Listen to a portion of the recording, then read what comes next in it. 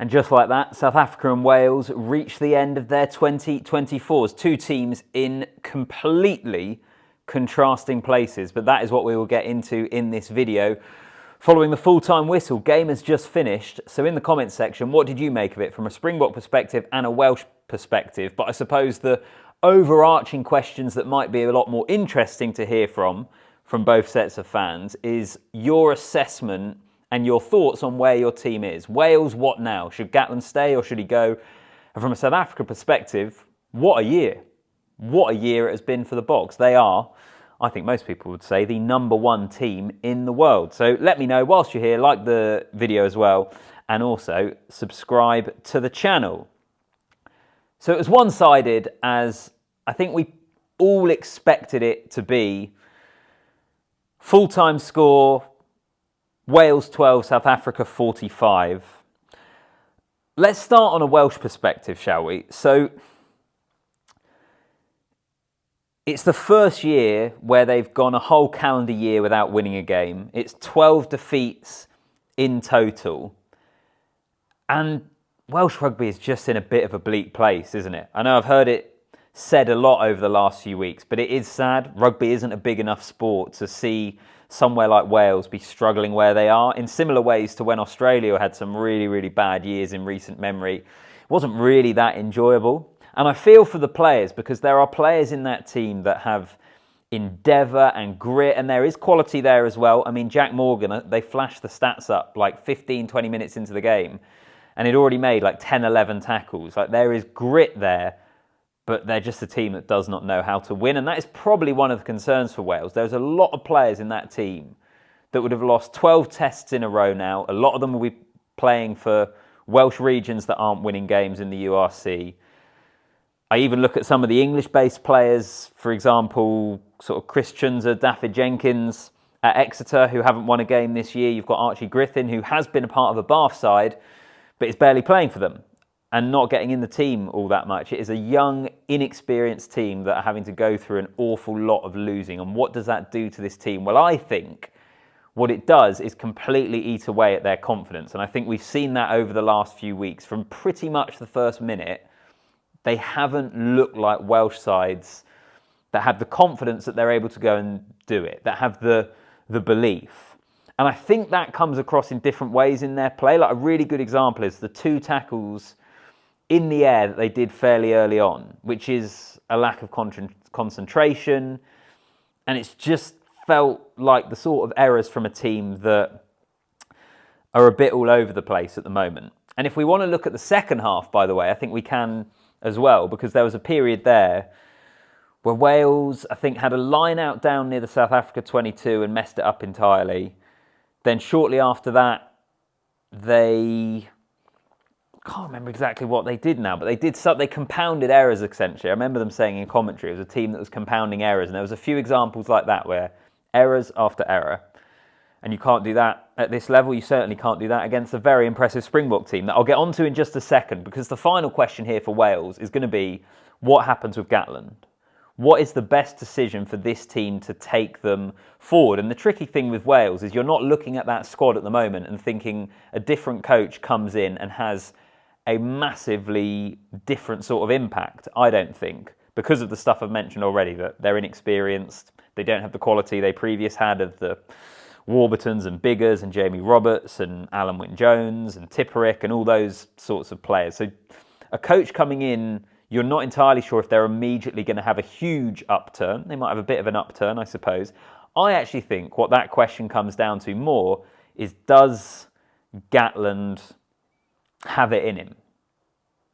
Does he want to do it? Is it a challenge that he feels he's going to be able to get them through? Because I must admit, and I know there hasn't been much to cheer about or smile about the last few weeks, but when the camera has panned to him, it has looked like someone who, I don't know, is pretty demoralised by it all. And I just wonder whether he feels like he's come to the end of the road with this team. It wouldn't shock me at all if he steps away from it now, whether it be after this game or in the weeks and months to come. But it wouldn't be a huge shock, I don't think, if Gatland wasn't the Wales head coach at the start of the Six Nations, because I don't know if he has it in him to do it anymore. That will be a key factor in all of this. Let's get on to South Africa, though. The thing that I'm intrigued in from a South African perspective, South Africa fans, let me know here. Where does this year rank for you in terms of Springbok history? Now, straight off the back, obviously, it's not a World Cup year and it's not a Lions year. So I think those seasons, obviously, when you've won the World Cup, when you've won a home Lions tour, are always going to be higher up there. But I don't think there's been too many years, like in my rugby watching lifetime, where we have reached the end of the year and the vast majority of rugby fans would all be in consensus that South Africa are the number one team in the world. They are more dominant, I think, than anyone else at the moment. They have more strength in depth. They are such an impressive team. So where are you with this team at the moment? When it's not a World Cup and it's not a Lions tour, maybe you can never quite reach the heights of those sides, can you? But nonetheless, I think it's a team that are just incredibly impressive for so many different reasons, which we've spoken about a lot on the channel. One thing that stood out to me actually in this game was the third try they scored, which was Arendse in the corner in the first half. I thought was a really good example of this team and how dynamic they are, in that even when things aren't necessarily going that well, they are still so good and able to score tries, because in that move, they shipped it wide off pretty first phase, and Morgan, in terms of the Welsh defence, bit in and etc, etc. But there was like 3 passes that all went behind the player. It wasn't actually a particularly slick move, but they were still able to get it out to Arendse, who with that footwork could score the try. The passes weren't even that good, but they were able to score.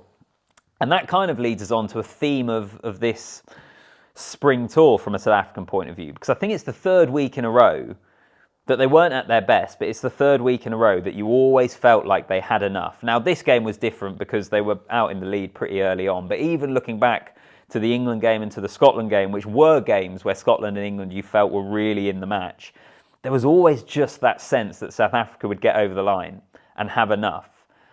And that, I think, is what comes from years after years of winning and having the players in that team that have been there and done it and have won tight knockout games at World Cups to win World Cups.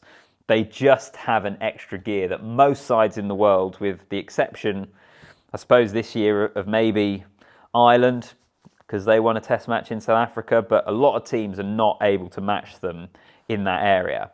And actually, I think this game against Wales is the sort of match that are so important for this side, not in the way that they grab any particular headlines. I don't think it'll be a game that anyone really is going to remember in terms of the history of this Springbok team, but it is the sort of game where the Hendrickse boys come in at 9 and 10.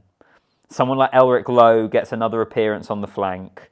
You've got Hanekom coming off the bench, Wilco Lowe getting another opportunity. It's those sorts of games where they steadily and slowly build the strength and depth that no one else is able to compete with.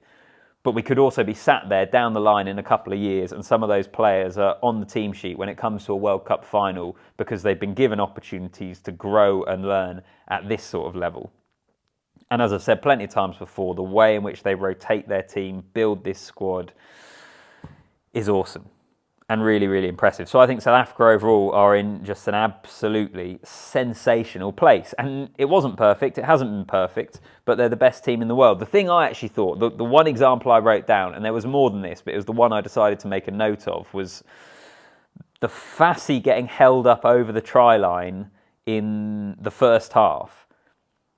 That if you're a coach and you're being brutal and you're reviewing it, yes, they've won comfortably, but you say there, you've got to score. Like, he should finish that, but he got held up. And I think those are the sorts of standards in this Springbok team that they will pull him up on. Like, I can imagine those coaches saying to him, look, you had a great game. He scored a try in the second half. He looked dangerous as part of a blockbuster back three.